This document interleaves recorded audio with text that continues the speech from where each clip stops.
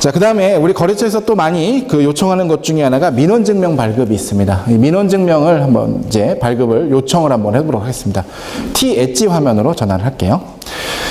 이 T-엣지에서 보통 지금까지 저희가 민원증명 신청을 하면은 뭐 연락을 많이 받고 진행을 하죠. 근데 이 메뉴 자체에 민원증명 신청이라고 하는 메뉴가 있어요. 이걸 한번 신청을 해볼게요.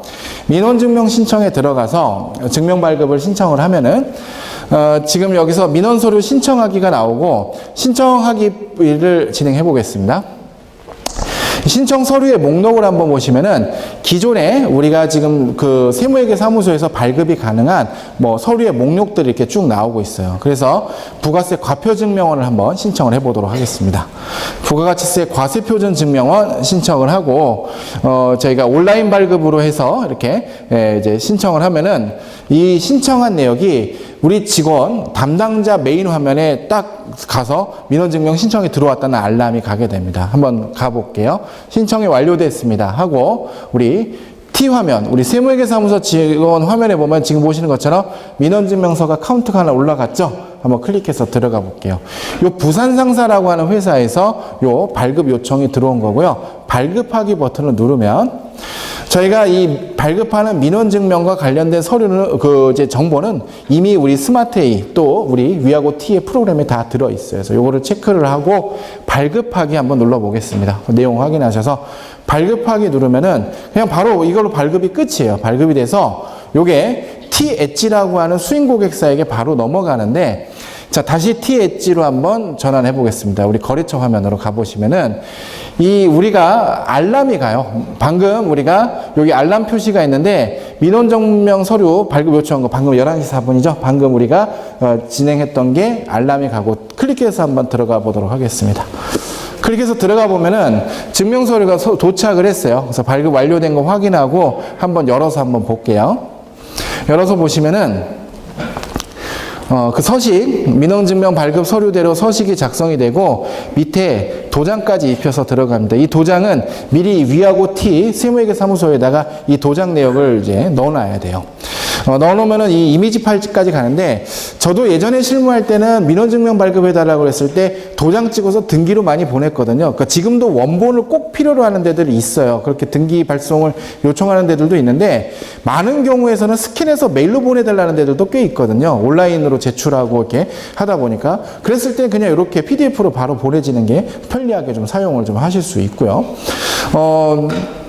이제 이렇게 해서 민원증명을 발급을 하는데 여러분 또 이런 게 있어요. 이렇게 세무사님, 회계사님들 밖에 나와 있을 때 직원들이 그냥 마음대로 민원증명 발급하고 뭐 확인서 떼어주고 도장 찍었을 때 이게 어떻게 이걸 관리하나 이런 것도 걱정 안 되시나요? 그래서 저도 저희 사무실에 민원증명 발급 대장 넣어놓고 도장 찍을 때마다 거기다 넣어놓고 제가 나중에라도 사인을 하거든요. 근데 안 쓰면 모르잖아요. 근데 지금 요 T와 T-엣지를 사용하면은 민원증명 발급과 관련된 신청과 발급 자체가 전부 온라인으로 이루어지기 때문에 어느 업체에게 얼마만큼의 민원증명이 발급됐나 이것도 알 수 있어요. 또 어떤 업체 같은 경우는 이럴 때 있죠. 민원증명을 너무 과도하게 요청해. 그러면 그런 데들은 살짝 얘기를 해서 기장률을 좀 올리자 이런 얘기도 좀 해볼 수 있을 것 같습니다. 민원증명 발급을 하는 이런 기능을 좀 설명드렸고요.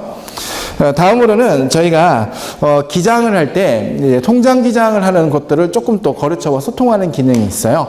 그 전에 우리 T 화면으로 한번 가셔서 스크래핑 보드라고 하는 화면을 좀 보여드리도록 할게요. 앞에서 잠깐 설명드렸는데 PPT 할 때 지금 요 스마트 A보다 조금 더 강력한 기능을 주는데 위하고 T라고 하는 프로그램은 퇴근하고 다음날 아침에 오면 알아서 스크래핑이 돼 있다고 했어요. 그래서 우리 직원들이 아침에 출근하면 바로 보게 되는 화면이 요거예요. 이 업체 들어가서 보면은 이 업체는 지금 전자세금계에서 매출이 얼마만큼 들어와 있고 전자세금계에서 매입은 512건 들어와 있고 통장은 매일매일 통장에 들어가서 101건이 지금 현재 누적돼서 들어와 있다. 요것들을 볼 수 있어요. 그래서 저거 보고 들어가서 업무 처리를 하면 돼요. 자, 그래서 통장 입력을 한번 한다고 한번 들어가 보도록 하겠습니다. 자, 지금 앞에 보시는 화면은 아주 새롭진 않아요. 이거 스마트에 똑같은 화면이 있어요. 조금 그냥 비주얼적으로 이뻐진 것 뿐이고 여기에 이제 통장 내역이 들어가고요. 여기에 이제 분계가 들어가는데 회계 처리하다 보면은 이렇게 사람 이름으로 들어온 거 이런 거 좀 내용을 잘 몰라요. 그래도 회사 이름 돼 있으면 우리가 이렇게 찾고 자동 분개도 되는데, 그랬을 때 요 사람 이름으로 돼 있는 거를 체크하고요, 거래처에 물어볼 수 있어요. 메모를 한번 남겨 볼게요. 메모를 남겨서 입금 내역 확인해 주세요, 이렇게 요청을 하는데, 이거 정말 중요하죠. 이거 안 하고 그냥 결산을 하게 되면 어떻게 돼요? 나중에 가수금 이만큼, 가지급금 이만큼, 이렇게 결산들을 해갖고 와요. 물어봐야지, 한 번은. 그렇게 물어볼 수 있는, 그래서 왜 안 물어봤냐 그러면 뭐 사장님 무서워요, 막 이런 얘기 하는데, 이런 거 통해서 물어볼 수 있게끔 해줘야 됩니다. 자, 질문을 한번 보내볼게요. 내용 확인 요청하면은, 지금 이게 T-엣지 화면으로 다시 전환했어요. 수익 고객사 화면인데, 보면 위톡에 요거 입금권 확인 부탁드립니다, 이렇게 나와요. 그럼 여기다 한번 답변을 달아서 주는 거예요. 거래처에서, 거래처 회계 담당 직원이나 거래처 사장님이 요거는 어디 외상대금 회수다, 또는 어디 외상대금 회수다, 이렇게 해서 보내주면은 그 메모해준 내용이 다시 우리 세무회계사무소로 전달이 됩니다. 그래서 메모 전달 한번 해볼까요? 지금 여기 지금 색깔 표시가 좀 돼 있죠. 뒤에 조금 안 보이실 수도 있을 것 같은데, 여기 지금 이제 거기서 답변이 왔다는 얘기예요. 한번 클릭을 해보면은 어떻게 되어 있다, 회수입니다, 또 회수입니다, 이렇게 나타나죠. 요거 보고서 저희가 회계 처리를 할 수가 있어요. 근데 이렇게 우리가 껌껌이 물어보기도 하지만 사실은 내용을 많이 한꺼번에 봐야 되는 경우도 있어요. 근데 지금 이 T랑 T-엣지라고 하는 기능은 어떻게 되어 있냐면, 기본적으로 통장에 대한 그 스크래핑 정보가 T-엣지 화면, 아까 이제 거래처, 수임 거래처의 화면에 먼저 떠요. 그러면은 T-엣지, 즉 거래처에서 우리한테 통장을 보내기 전에 알아서 메모를 먼저 다 달아서 넘기는 기능이 있어요. 그래서 통장 내역 옆에다가 메모를 삽입하는 아예 열이 있어서 거기다가 내용을 써서 보낼 수도 있고요. 아니면은 그 화면 자체를 공유해서 같이 보면서 동시에 전화 통화하면서 요건 물어볼게요 하면서 바로바로 처리할 수도 있습니다. 제가 오늘은 시간 관계상 요 정도만 보여드렸는데, 통장 기장을 할 때 거래처랑 소통하고 협업할 수 있는 다양한 방식의 또 기능이 좀 제공이 된다, 이렇게 한번 좀 생각을 하시면 좋겠고요. 또 하나, 이게 인공지능을 이용해 가지고 분계 추천을 하는데, 그 분계 추천율이 많이 또 좀 개선이 됐다고 합니다. 그래서 여기 한번 체크를 해보시면 분계 추천이라는 메뉴가 있죠. 얘를 눌러보면은, 보통 요런 이제 거래처명으로 이런 적요로 들어오는 것들은 보통 예금으로 회계 처리하는 게 80%, 외상 매출금 단기 차익 몇 %다. 근데 저희가 기장하다 보면은 추천 말고 좀 예외권도 있을 수 있잖아요. 그럼 그런 때는 체크해서 예외권을 선택을 하고, 그러면 그런 정보들을 갖고서 이 프로그램이요, 학습을 해요. AI이기 때문에 학습을 해서, 요럴 때는 요거를 추천하는 것이 더 낫구나라고 생각해서 추천율이 계속해서 바뀌어 나갑니다. 그래서 궁극적으로 저희의 기장 업무를 좀 더 빠르게 또 효율적으로 할 수 있게 도와주는 기능들 이제 한번 보여드렸고요. 자, 다음으로 좀 보여드릴 내용은 카드 매출을 확인하는 그런 확인입니다. 저희가 보통 카드 매출 확인을 하기 위해서 부가가치세 신고할 때 단말기 정보나 홈택스 정보를 많이 이용하시죠. 자, 그런데 T-엣지 화면에 먼저 가시면은, 여기서 먼저 여신전문금융협회에 대한 이제 로그인 정보를 거래처에서 등록을 해 놓습니다. 등록을 해 놓으면 카드 매출 확인이라고 하는 그런 기능이 있어요. 카드 매출 확인에 들어가 보면은 여기 오늘 날짜별로 총 매출이 얼마다, 그리고 입금 예정은 얼마고 실제 입금된 금액은 얼마다, 이런 것들이 나오고요. 세부적으로 그 입금 내역에 대해서는요, 수수료가 얼마인지 이런 것들도 다 나옵니다. 그래서 저희가 수수료 분기하기도 굉장히 좋을 거예요. 그런데 이렇게 해서 입금 내역이 확인될 뿐만 아니라 요 입금 예정인 금액을 우리가 달력이나 표를 통해서도 좀 보여드리게 되는데요. 표 형태로 한번 좀 들어가서 보면은 일자별로 매출이 얼마였고, 카드 매출이 얼마였고, 입금 예정이 얼마였고, 실제 입금된 금액이 얼마인데, 요 날짜 같은 경우 보면은 입금 예정보다 덜 들어와요. 왜 덜 들어왔는지 클릭해서 들어가 보면은 뭐 취소건이 있었다, 뭐 어떤 사유 때문에 보류건이 있다, 이런 것들에 대한 내역도 확인을 하실 수 있고, 보통 이제 카드 매출 대금 같은 경우는 오늘 매출한 내역을 갖고서 향후 2, 3일 뒤에 이제 매출 대금이 들어오기 때문에 그런 입금 예정에 대한 것까지도 표현해 줍니다.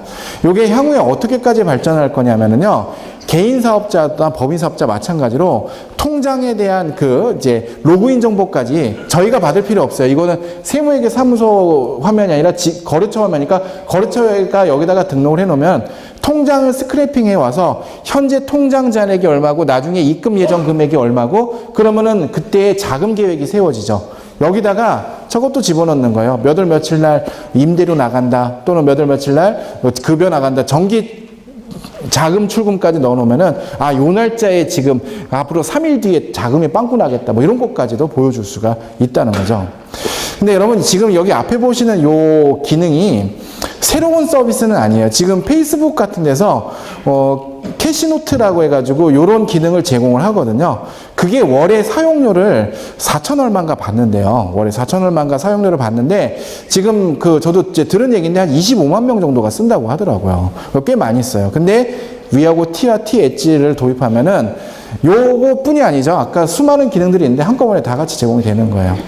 자, 그리고 더 중요한 게 있어요. 캐시노트나 이런 외부 그런 어떤 것보다 더 중요한 건 뭐냐면 여기서 파악된 회계 정보, 카드 매출 정보가 어디로 들어와야 돼요? 저희한테 회계 처리가 자동으로 돼야죠. 그래서 다시 T 화면으로 들어가 보면은 지금 보는 것처럼 카드 매출이 여기에 메인 매출 점표에 입력이 됩니다. 그래서 다시 거래처와 저희가 업무를 주고받으면서 거래처 사장님들은 이제 그 현황을 볼 수 있고 저희는 회계 정보를 가져갈 수 있고 이렇게 생각을 하시면 좋겠습니다. 카드 매출 확인에 대해서 좀 설명을 좀 드렸고요. 그 다음에 저희가 또 굉장히 많이 하는 업무 중에 하나가 우리 거래처에서 직원이 한 명 입사를 했다, 퇴사를 했다 그러면은 입퇴사 정보를 주고받죠. 그 기능을 여기에 아예 다 담아놨습니다. T 엣지 화면으로 한번 좀 가보실게요. 거래처 화면입니다.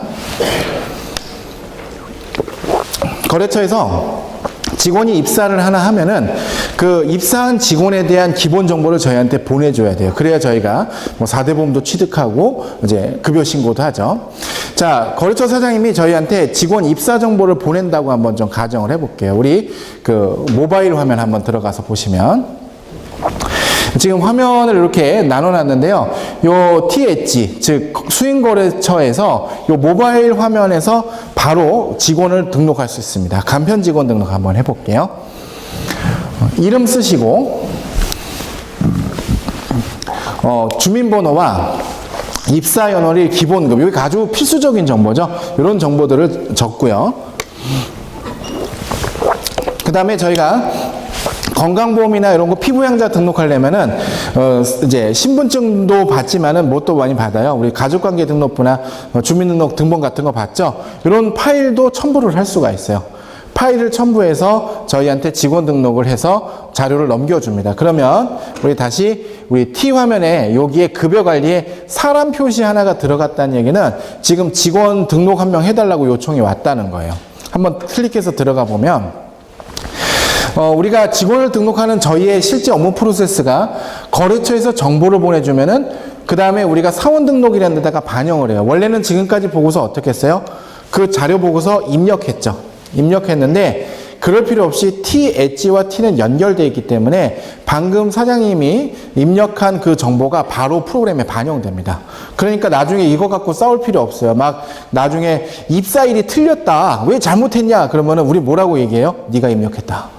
네가 입력해 준 대로 들어간다. 그리고 또 4대 보험에 가입 했다 안 했다 이런 거 있죠. 이런 것들에 대한 현황표도 좀 저희가 제공을 해서 보여주게 되더라고요.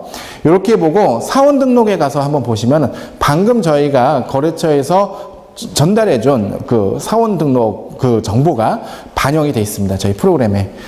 기존엔 저희가 이거 그 사원 등록 메뉴 열어서 다 직접 사람이 입력했거든요. 그 자동 들어오고요. 밑에 가서 보시면요. 방금 보낸 증빙이 있죠? 그 가족관계 등록부도 다 들어와서 여기 저장돼 있어요. 한번 열어서 보실게요. 나중에 뭐 피부양자 등록해달라는데 그 팩스로 받았는데 어디로 갔지? 막 이거 신경 쓰실 필요 없어요. 그냥 각 사원별로 다 그 증명서류도 저장이 된다고 좀 보시면 좋겠습니다.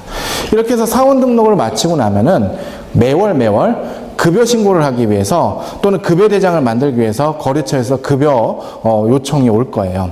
자, 우리 다시 T 엣지 화면으로 한번 전화하셔서 거래처에서 이번 달에 우리 급여 대장을 만들어 주세요라고 하는 요청을 한번 해보도록 하겠습니다. 급여 관리로 들어가면은 자 1, 2, 3월까지 자 지금 이 화면은 우리 수인 거래처 화면이에요. 거래처에서 1, 2, 3월까지는 급여 대장이 다 작업이 됐어요. 지금 4월 분과 해야 돼요. 그랬을 때 급여 대장을 한번 생성을 시켜볼게요. 이번 달 거. 급여대장 이렇게 생성을 시키면은 일단은 전달과 동일하게 기본적으로 만들어집니다. 그럼 저희도 이제 실제로 업무하다 보면은 대부분 전달과 유사하지만 상여가 있거나 수당이 있으면 조금 달라져요. 그러면은 그런 부분들을 생성을 시켜 보시고요. 여기에다가 상여 금액 달라지는 거 이런 것들 수정해서 입력할 수 있어요. 상여 수정하고 또는 뭐 여러 가지 수당이 있다 그러면 수당 같은 걸 등록을 하는데 아직 여기 나오는 공제 내역은 안 들어있죠. 그거는 저희가 검토해서 다시 되돌려줘야 돼요. 그러면은 우리 거래처에서는 이 세전 급여까지만 확인을 해서 여기 보시면 급여 세액 계산 요청이라는 메뉴가 있죠. 세액 계산 요청을 하면은 요 내용이 다시 우리 세무회계사무소로 전달됩니다. 다시 T 화면으로 한번 전환을 해볼게요.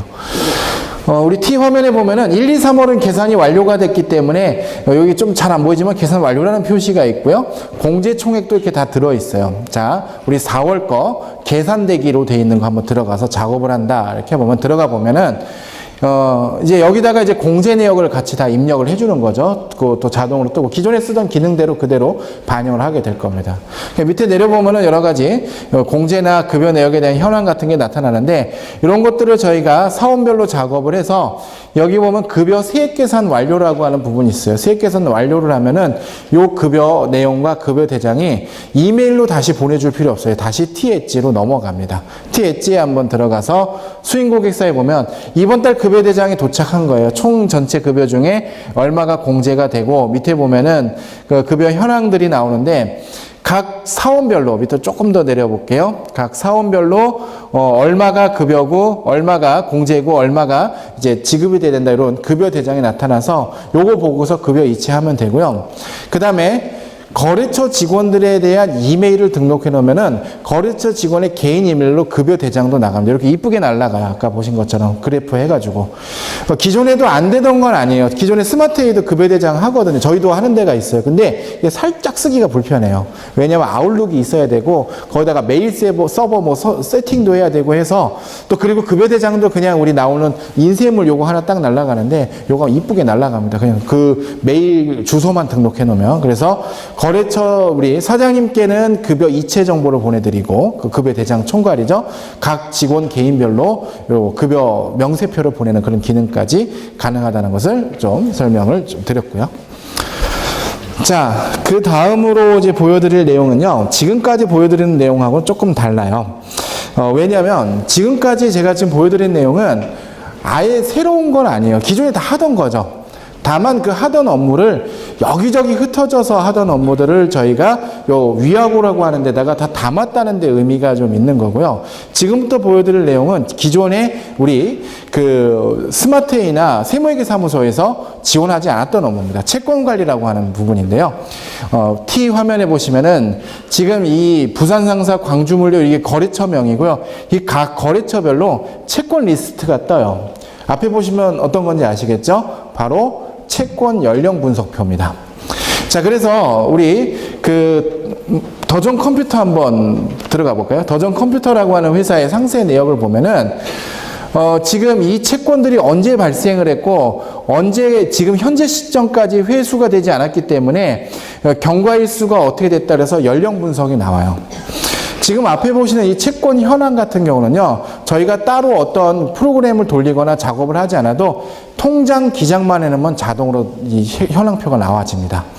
그럼 이 채권 현황표를 저희가 보고 거래처에다가 알려줄 수 있겠죠. 이런 거는 채권이 좀 회수가 안 되고 있다. 이렇게 설명을 해줄 수가 있는데 사실 저희가 할 수 있는 건 여기까지예요. 저희는 법무 서비스를 할 수가 없잖아요. 잘 모르기도 하고.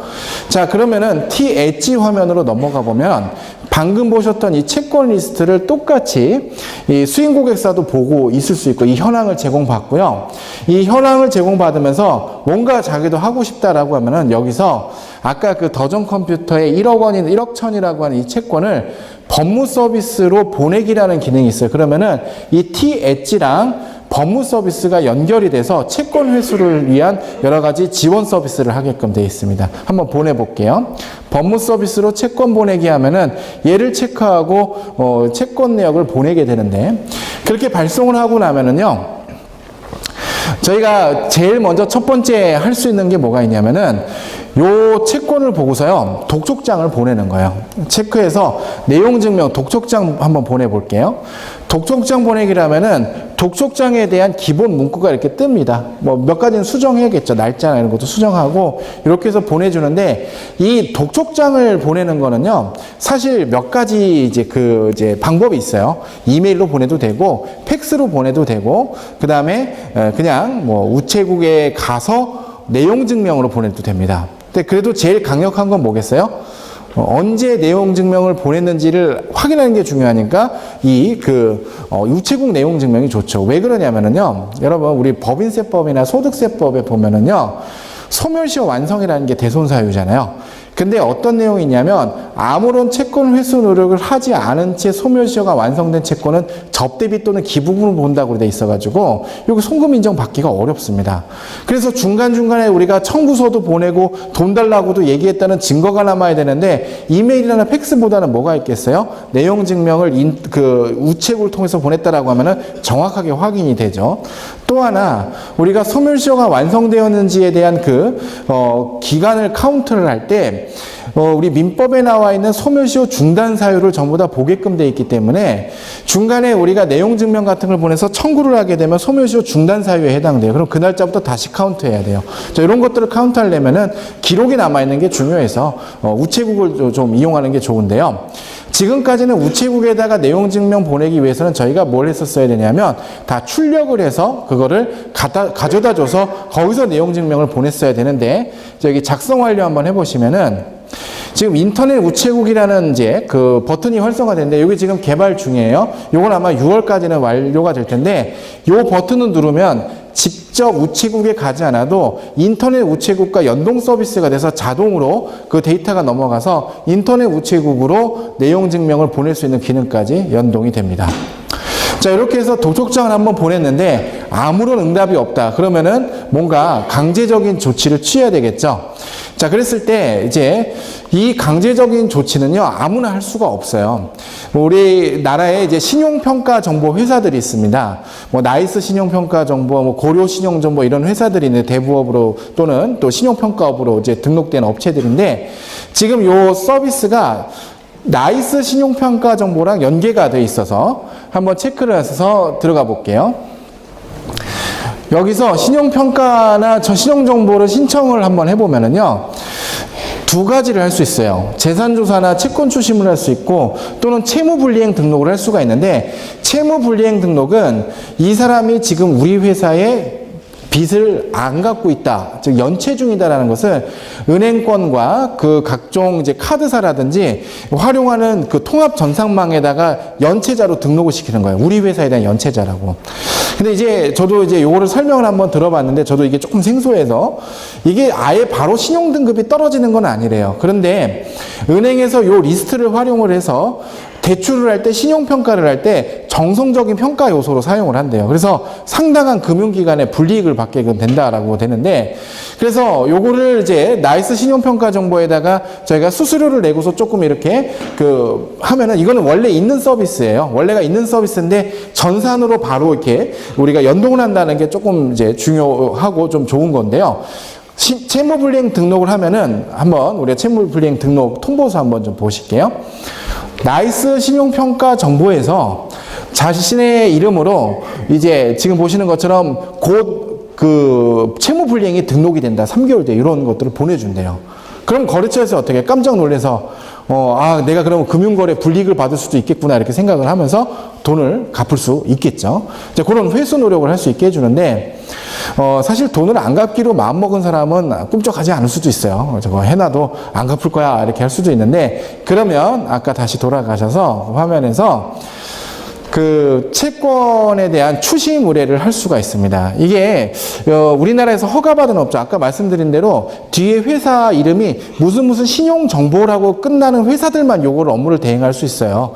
뭐 동네에서 못 받은 돈 받아드립니다. 뭐 동네에 이제 계신 조폭들이 하는 거 그런 거 말고 정상적으로 합법적으로 하는 게 우리나라에 라이선스를 딴 회사가 몇 개가 딱 있습니다.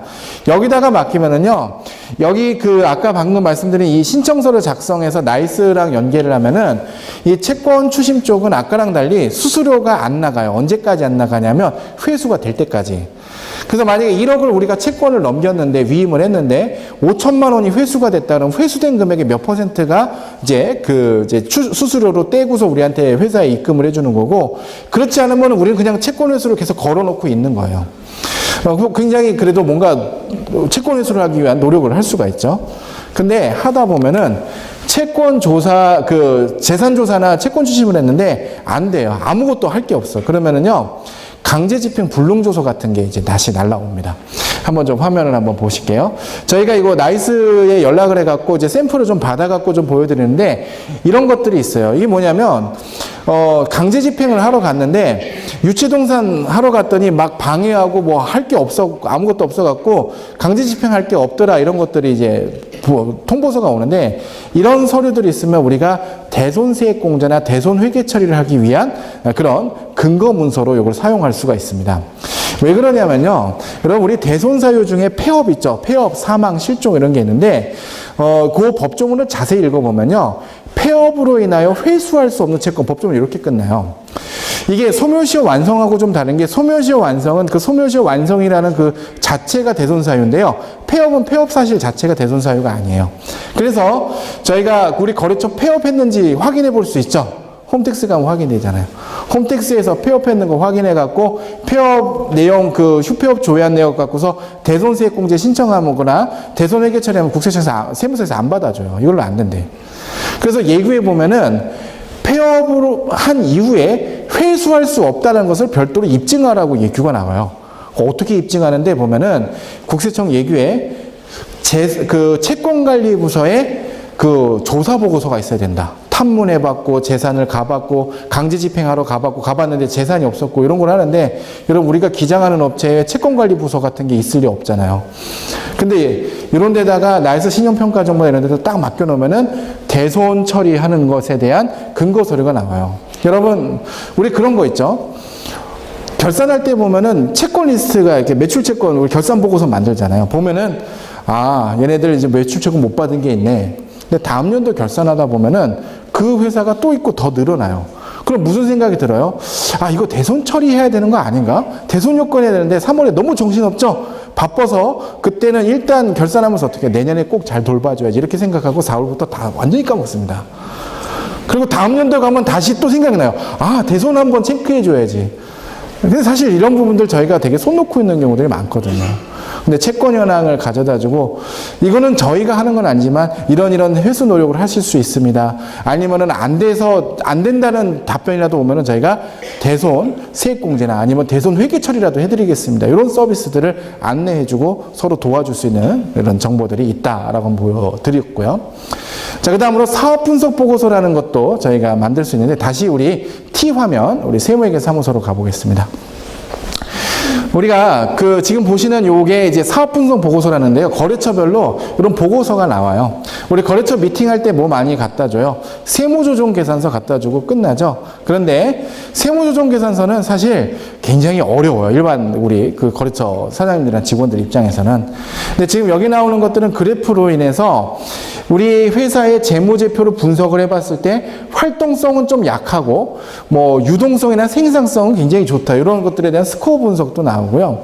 근데 밑에 보면은 우리의 항목별로 분석을 했을 때 양호한 항목도 있고 주의가 요망되는 항목들도 있습니다. 그럼 양호한 항목과 주의가 요망되는 항목이면 그럼 우리는 어떻게 해야 되느냐? 밑에 보시면 개선안이라고 하는 이런 항목들이 나와서 이렇게 하면 재무구조가 좀 더 개선이 될 수가 있다. 또 향후 이런 것들에 따라서 재무구조를 만들어가면 어떻게 돼요? 신용등급에도 영향이 될 수 있는 어떤 그런 좋은 글들을 적어주는데, 여기서 중요한 점이 있습니다. 앞에 보셨던 이 그래프와 여기 있는 이 글자는요, 세무사님, 회계사님이 단 한 글자도 안 적어도 돼요. 오직 결산 재무제표만 있으면 이 모든 게 자동으로 다 만들어집니다. 상세 부록이 들어가서 전년 동기 6개월 대비 매출액 한번 들어가 볼게요. 매출액 한번 들어가 보면은 우리 회사의 6개월 전년 동기 대비 매출액 증가율 추이점 이런 거 다 분석해서 보여줘요.